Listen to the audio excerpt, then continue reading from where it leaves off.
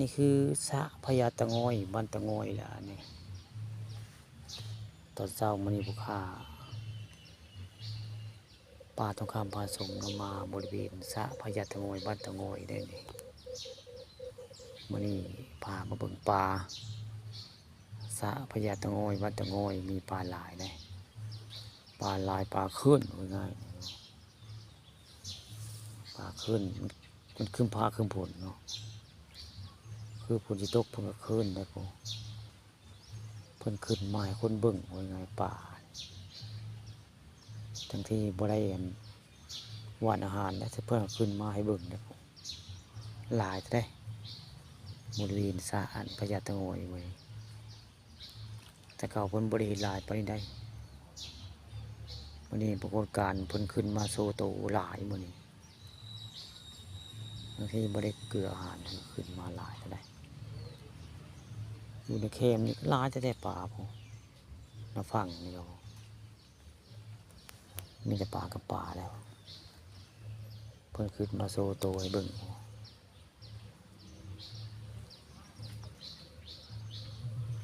เห็นว่าสันตะขี้ก็โตว่างานพูขึ้นมาป่าบริเวณนี้หลังพญาตะงอยหรือว่าสระพญาตะงอยนี่มีหมดได้ทั้งปลานิ่นปลาในสระมีเมื่อกูป่าได้แต่ว่าตัวใหญ่บุค่อยขึ้นไปได้ตัวใหญ่ก็มูตัวขนาดกลางรุ่นพามือจ้างนี่ก็อุ้ยหลายเพิ่นขึ้นมาแล้วก็โตเห็นนี่แหละสระพญาตะงอยบ้านตะงอยมีศาลากลางน้ำได้ศาลากลางน้ำสวยงามสวยง่าย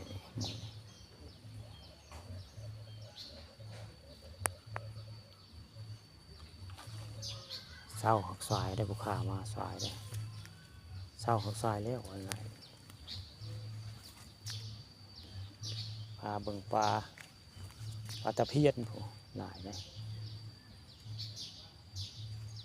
นุ่งได้ปลาตะเพียนเพิ่นแห้งขึ้นเลยผู้เพิ่นขึ้นในปลาตะเพียนเข้าใกล้เพิ่นแห้งตีนได้ผู้ปลาตะเพียนหลายจะได้นี่แหละปลาสระพญาตะงอยปลาตะงอยล่ะนี่ปลาตะเพียนปลานิ่นหน่วยหลายเศร้ามีผู้ค้าพันธคาผสมพามาเบิ่งปลาหลายอยู่สระพญาตะงอยล่ะนี่นะสระพญาตะงอยปลาตะงอยล่ะมีปลาหลาย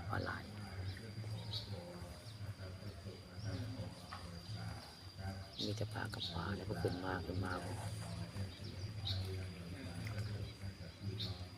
ไม่โน่นแต่ตัวรุ่นพามือจ้างไปแล้วเป็นแล้ว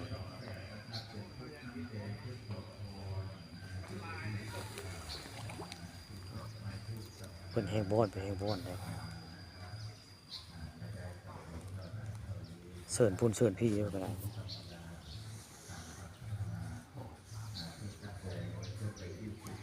ปลานิลปลาตะเพียน